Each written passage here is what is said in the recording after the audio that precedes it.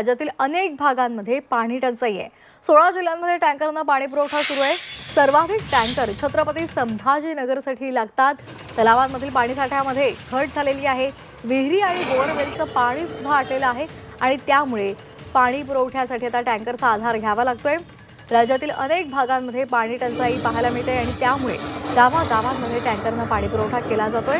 राज्यातील 16 जिल्ह्यांमध्ये 1384 गावं आणि वाड्यांवर 478 टँकरनं पाणी पुरवठा केला जातोय। सर्वाधिक टँकर छत्रपती संभाजीनगर जिल्ह्यामध्ये लागतात। गेल्या आठवड्यामध्ये हा आकडा 223 इतका होता।